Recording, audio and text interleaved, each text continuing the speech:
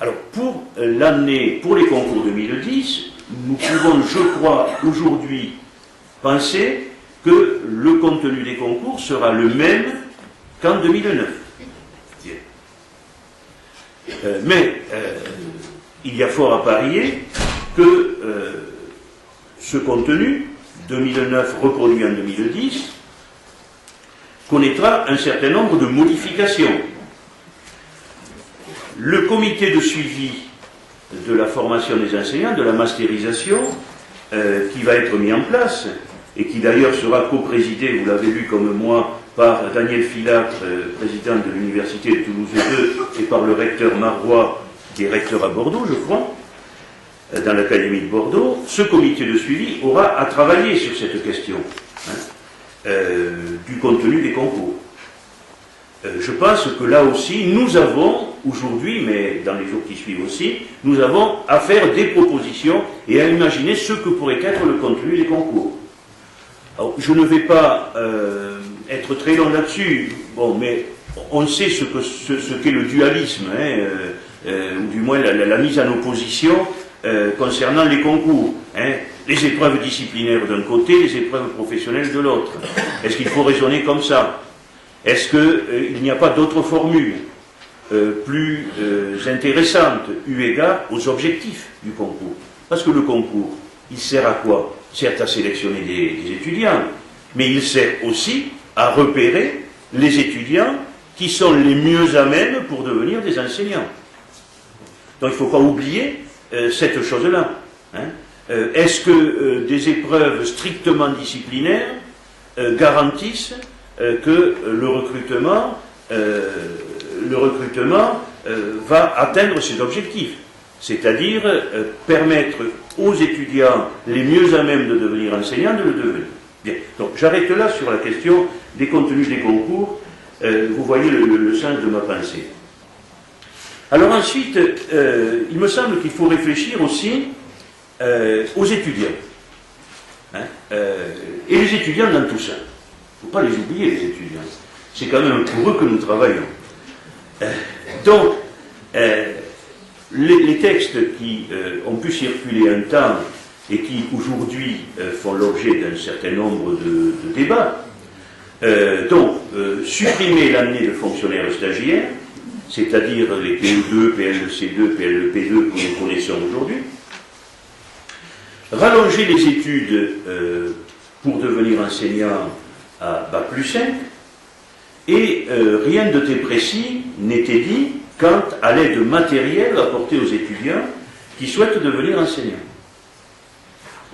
Rien de très précis n'est dit aussi quant au cursus que ces étudiants pourront suivre et quant aux différentes propositions qui peuvent leur être données. Alors, on nous a dit, dans un langage très technocratique, que en France, la formation des enseignants allait passer d'un modèle consécutif à un modèle simultané, certes, mais tout ça, ce sont de grands mots. Modèle consécutif, c'est-à-dire préparation disciplinaire puis préparation professionnelle, modèle simultané, dès le LE1, possibilité à l'étudiant, progressivement, de s'intéresser à une formation professionnelle qui le conduira, ou qui peut le conduire, au métier d'enseignant. Bien, mais au-delà de cette nomenclature un peu technocratique, je répète, qu'en est-il? Qu'en est-il du cursus des étudiants? Comment concevoir, dès l'entrée de l'étudiant à l'université, comment concevoir des cursus qui lui permettront progressivement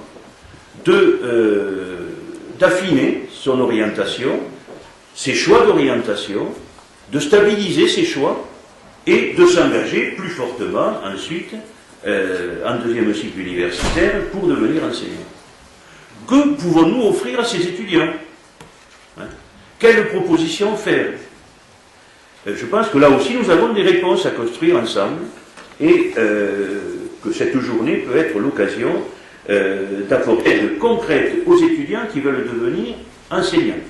C'est la seule solution pour que la démocratisation du recrutement des enseignants soit réelle. je pense que cet aspect-là, même si, je le répète, ce n'est pas nous qui tenons les cordons de la bourse, cet aspect-là ne doit pas être oublié. Non. Je terminerai sur la question des formateurs, des enseignants. Des formateurs IUFM et des personnels BIATOS et des personnels de formation qui interviennent au nom de l'IUFM. Alors, comme il a été dit, tout ce personnel, bien sûr, depuis plusieurs mois, s'interroge, se mobilise, exprime parfois de vives protestations. Je pense que dans un pays démocratique comme le nôtre, cette expression est tout à fait légitime.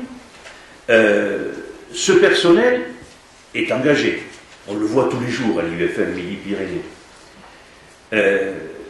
Comment ce personnel peut-il, à l'avenir, se situer face au changement auquel ce personnel doit participer? Il ne s'agit pas de subir le changement, il faut y participer.